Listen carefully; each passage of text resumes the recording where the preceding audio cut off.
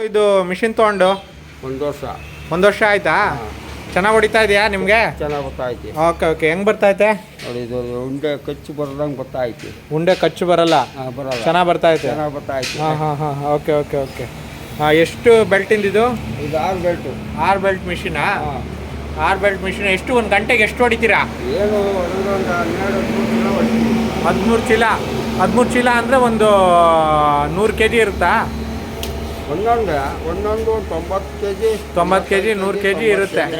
Okay. 13 ಎಷ್ಟು ಇದು ಈಗ ವೇಸ್ಟ್ ಥರ ಅಂದರೆ ಎಷ್ಟು ಪರ್ಸೆಂಟೇಜ್ ವೇಸ್ಟ್ ಬರ್ಬೋದು ನಿಮ್ಮ ಪ್ರಕಾರ? ಈಗ ನಾವು ಕಿತ್ತಂಗ ಎಲ್ಲ ನೀವು ಹಸಿಕಾಯಿ ಎಲ್ಲ ಕಿತ್ಕೊಂಡ್ರೆ ತಿಂಗಳ ಮೇಲೆ 15-20 ದಿವಸ ಕಿತ್ತರೆ ನೋಡಿ ವೇಸ್ಟ್ ಬರ್ತೈತಿ. ಹಾಂ ಹಾಂ ಹಾಂ. ಇಲ್ಲ ಅಂದರೆ ಅದುವಾಗ ಒಂದು ವಾರಕ್ಕೆ ಕಿತ್ತರೆ ಒಳ್ಳೆ ಅದ ಸಿಕ್ಕೈತಿ, ಚೆನ್ನಾಗಿ ಬರ್ತೈತಿ. ಇವಾಗ ನೆನ್ನೆ ಇದು ಹೊಡೆದಿರೋದು ಇದೆಲ್ಲನೂ?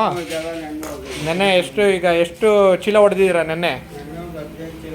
15 ಚೀಲ ಹೊಡೆದಿದ್ದೀರಾ.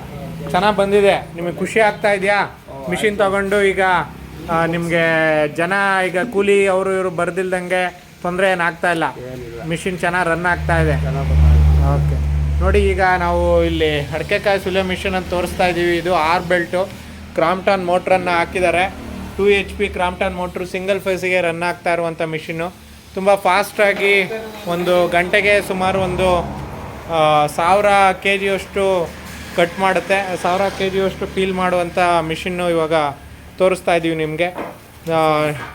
ನೀವು ಇದು ಇಡೀ ಕರ್ನಾಟಕ ಮತ್ತು ಭಾರತ ದೇಶ ಮತ್ತು ಶ್ರೀಲಂಕಾ, ಇಂಡೋನೇಷ್ಯಾಗೆಲ್ಲ ಇದನ್ನು ಎಕ್ಸ್ಪೋರ್ಟ್ ಕೂಡ ಮಾಡ್ತಾ ಇದ್ದೀವಿ.